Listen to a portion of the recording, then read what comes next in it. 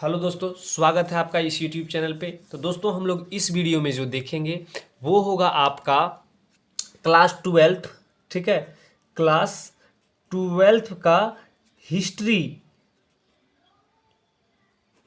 जो आपका हिस्ट्री है उसका सेट नंबर, जो झारखंड बोर्ड के द्वारा JCERT के द्वारा मॉडल पेपर रिलीज किया गया सेकेंड टर्म के लिए, उसका सेट आपका 2 है। ठीक है, 2 का सेक्शन बी, जो आपका खंड है बी, जो लघु उत्तरीय प्रश्न है, इसका सॉल्यूशन हम लोग इस वीडियो में देखेंगे। ठीक है, तो दोस्तों मैं आप लोगों को बता दें कि आप लोगों को हम अपने भाषा में, सरल भाषा में आप लोगों को हम आंसर लिखने के लिए बताएंगे। ठीक है, तो वीडियो में अंत तक बने रहिएगा। और अगर चैनल पे नए हैं तो चैनल को सब्सक्राइब कर लीजिएगा। और हाँ, इस वीडियो को अपने दोस्तों के पास, अपने स्कूल ग्रुप में जरूर शेयर कर दीजिएगा। ठीक है, तो चलिए दोस्तों, हम लोग अब चलते हैं प्रश्न के ऊपर।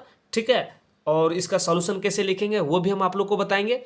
तो चलिए अब चलते हैं हम सीधा प्रश्न के ऊपर। ठीक है,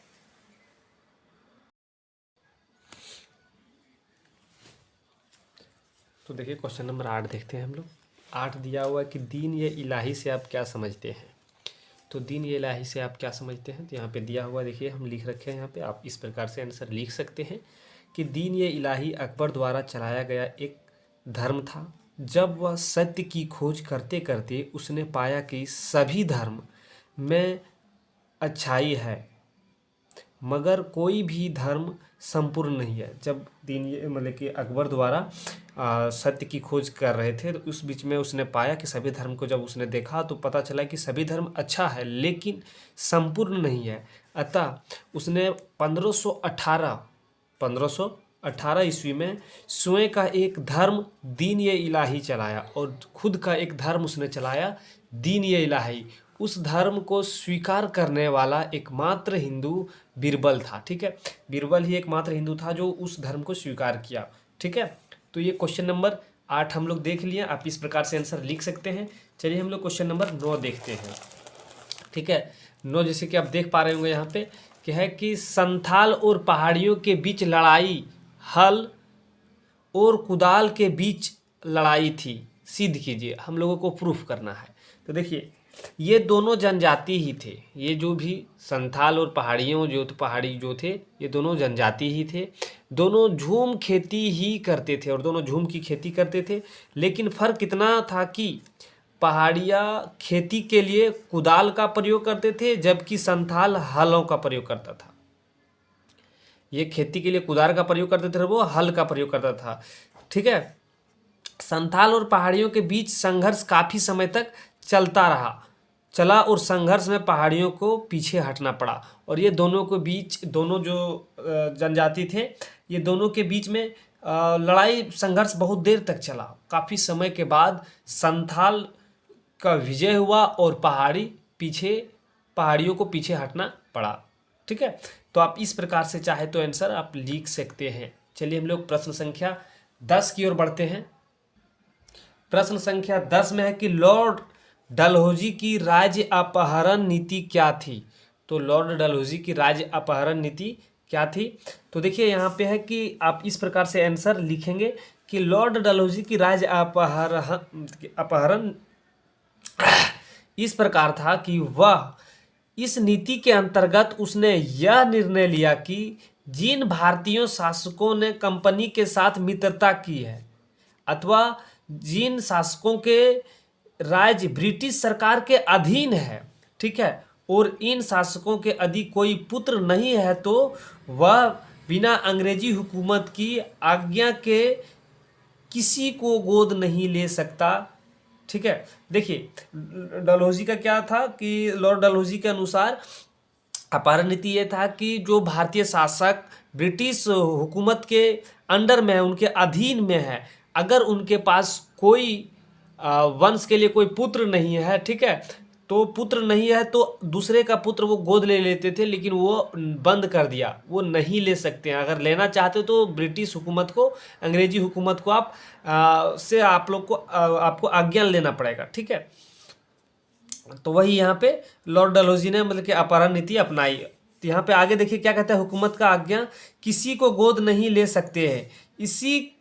इसे ही राज्य हड़पने की नीति कहा जाता है और इसी को राज्य हड़पने की नीति कहा जाता है। ठीक है, लॉर्ड डलहौजी ने गोद प्रथा को गैर घोषित करके, जो ये प्रथा चल रहा था इसको गैर कानूनी घोषित कर दिया। ठीक है, गैर घोषित करके इस प्रथा पर रोक लगा दी और इस प्रथा को रोक दिया। इस नीति के कारण संभलपुर, जेतपुर, उदयपुर, नागपुर, झांसी आदि रियासतों को अपनी हुकूमत में मिला लिया और ये सभी रियासत जो थे उसको अपने हुकूमत में मिला लिया। ठीक है, तो ये ही था लॉर्ड डलहौजी का अपहरण नीति। ठीक है, तो चलिए हम लोग देखते हैं प्रश्न संख्या 11। प्रश्न संख्या 11 हम लोग देखेंगे तो है कि भारत छोड़ो आंदोलन के कारण बताइए। तो भारत छोड़ो आंदोलन के कारण आपको बताना है। चलिए हम लोग जान लेते हैं भारत छोड़ो आंदोलन के क्या कारण थे। तो देखिए यहाँ पे भारत छोड़ो आंदोलन के निम्न कारण थे। ठीक है, अब क्या क्या कारण थे जान लेते हैं। सबसे पहले देखिए कि क्रिप्स मिशन से निराश, जो क्रिप्स मिशन थे इससे भारतीयों में, देखिए यहाँ पे भारतीयों के मन में यह बात बैठ गई थी कि क्रिप्स मिशन अंग्रेजों की एक चाल थी। वो एक चाल थी जो भारतीयों को धोखे में रखने के लिए चलाई गई थी। इससे वो निराश हो गए, पहला रीज़न। दूसरा रीज़न है कि बर्मा में भारतीयों पर अत्याचार, बर्मा में भारतीयों के ऊपर अत्याचार से लोगों में आंदोलन तेज करने की भावना जागा। ठीक है, तीसरा पॉइंट आप लिख सकते हैं कि ब्रिटिश सरकार की घोषणा, ब्रिटिश सरकार ने उस समय ही अलग अलग प्रकार के घोषणा करना चालू कर दिया था। ठीक है, आप चौथा पॉइंट लिख सकते हैं कि द्वितीय विश्व युद्ध के लक्ष्य की घोषणा, द्वितीय विश्व युद्ध के लक्ष्य की घोषणा, मतलब कि जब उस समय द्वितीय विश्व युद्ध चरम पे था। ठीक है, और जापानी सेना भी एंट्री कर चुका था। ये सब भारत छोड़ो आंदोलन के निम्न कारण में से एक है। ठीक है, तो चलिए हम लोग देखते हैं प्रश्न संख्या 12 देख लेते हैं। ठीक है, 12 देखेंगे तो देखिए 12 में क्या है प्रश्न। देखिए यहाँ पे कि प्रश्न है भारतीय संविधान के अनुसार धर्मनिरपेक्ष क्या है। तो भारतीय संविधान के अनुसार बताइए कि धर्मनिरपेक्ष क्या है। तो देखिए यहाँ पे है कि धर्मनिरपेक्ष का अर्थ है, संविधान के अनुसार धर्मनिरपेक्ष का अर्थ यह है कि राजनीति में धर्म को दूर रखे, राजनीतिक से धर्म को दूर रखना है। ठीक है, तथा सरकार, जो भी सरकार बने वो धर्म के आधार पर किसी से कोई भेदभाव ना करें, सभी को समान नज़रों से देखें। इसीलिए संविधान में ही इस बात को भाग 3 में जो हम लोग को मौलिक अधिकार दिया गया है उसमें से एक ये कर दिया गया है। ठीक है, मौलिक अधिकार में से हम लोग को एक ये हो गया है, धार्मिक स्वतंत्रता के अधिकार दिया है। ठीक है, अनुच्छेद 24 या फिर कितना है दिमाग से उड़ रहा है, ये जो है धर्मनिरपेक्ष का अर्थ उसमें अच्छे तरीके से समझाया गया है। ठीक है, तो उम्मीद है कि आप ये क्वेश्चन नंबर 12 समझ गए होंगे। चलिए हम लोग क्वेश्चन नंबर 13 की ओर बढ़ते हैं।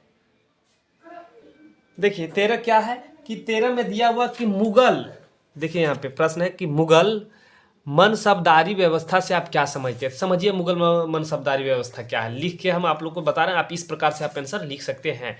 अकबर ने मनसबदारी व्यवस्था का आरंभ किया 1573-74 में मनसबदारी प्रणाली का आरंभ किया गया।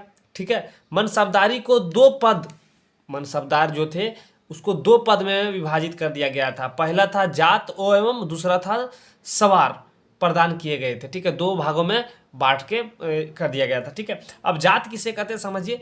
जात में एक मनसबदार अपने पास जितने सैनिक रखते थे वह जात कहलाता था। एक मनसबदार अपने पास जितने सैनिक रखते थे वो एक जात कहलाया। मनसबदार को ही 2 भागों में डिवाइड किया गया है। फर्स्ट है जात। अब जात किसे कहते हैं, जो एक मनसबदार अपने पास जितने सैनिक रख रहे हैं वो जात हुआ। और दूसरा देखिए यहाँ पे, जबकि मनसबदार अपने पास जितने, एक मनसबदार ठीक है अपने पास जितने घुड़सवार रखता था वह सवार कहलाता था। घुड़सवार को सवार कहते थे और जात को, जो सैनिक थे उसको जात कहते थे।